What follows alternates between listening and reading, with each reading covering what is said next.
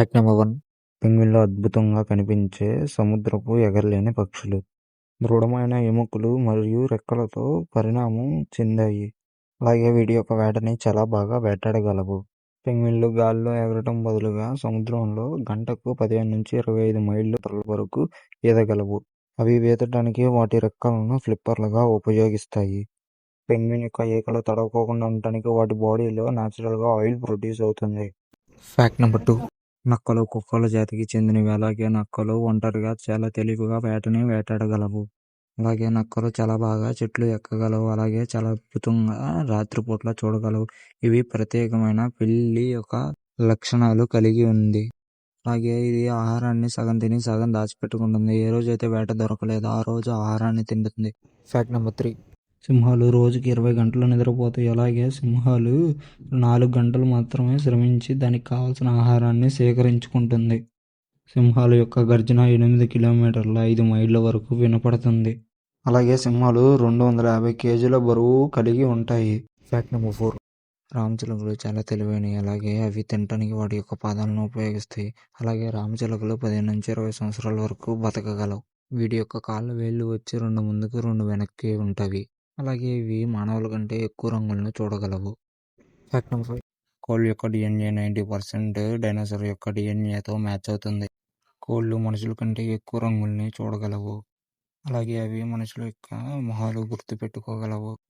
కోడి 3 రంగుల్లో గుడ్లు పెట్టగలదు. అవి ఏంటి అంటే తెలుపు, గోధుమ, బులుగు. అలాగే అవి ఒకేసారి 6-10 గుడ్లు పెట్టగలవు. అలాగే ఒక కోడి వచ్చి 15 సంవత్సరాల నుంచి 23 సంవత్సరాల వరకు బతకగలదు. Fact number 6. నెమలి అనేది భారతదేశం యొక్క జాతీయ పక్షి. అలాగే నెమళ్ళు పాముల్ని ఎదుర్కోగలవు.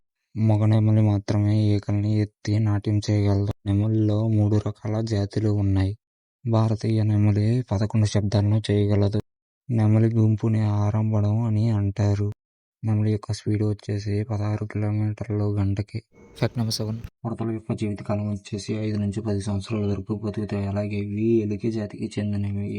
ఉడతల యొక్క పళ్ళు పెరుగుతూనే ఉంటాయి. అందుకని అవి తగ్గించుకోవటానికి ఏవో ఒకటిని కొరుకుతూ ఉంటాయి.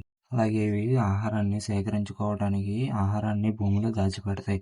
అది దాచిపెట్టిన వాటిని మర్చిపోతాయి. అలాగే అవి చెట్టులవుతాయి. Fact number 8. గాడిదలు వీటి యొక్క జీవితకాలం వచ్చేసి 30-40 సంవత్సరాల వరకు బతకగలవు. అలాగే గాడిదలు గంటకి 15-20 మైళ్ళు పరిగెత్తగలవు. లీటర్ గాడిద పాలు యొక్క ధర వచ్చేసి 5,000-6,000 వరకు ఉంటుంది. ఒకవేళ గాడిద మనల్ని తన్నినట్లయితే మన యొక్క కాలు ఎముక కూడా ఇరుక్కుపోగలదు. అంత బలంగా తన్నుతుంది. Fact number 9. బర్రెల యొక్క జీవితకాలం వచ్చేసి 10-15 సంవత్సరాల వరకు బతకగలవు. అలాగే అవి 1 టన్ను కంటే ఎక్కువ బరువుని కలిగి ఉంటాయి. ఎండ మరియు కీటకాల నుండి రక్షించుకోవడానికి బురదలో మునుగుతాయి. వాటి యొక్క చర్మాన్ని రక్షించుకోవటానికి అవి సురక్షితంగా ఉండటానికి గుంపుగా నివసిస్తాయి. గేదెలు 35 మైల్స్/అవర్తో పరిగెత్తగలవు. Fact number 10.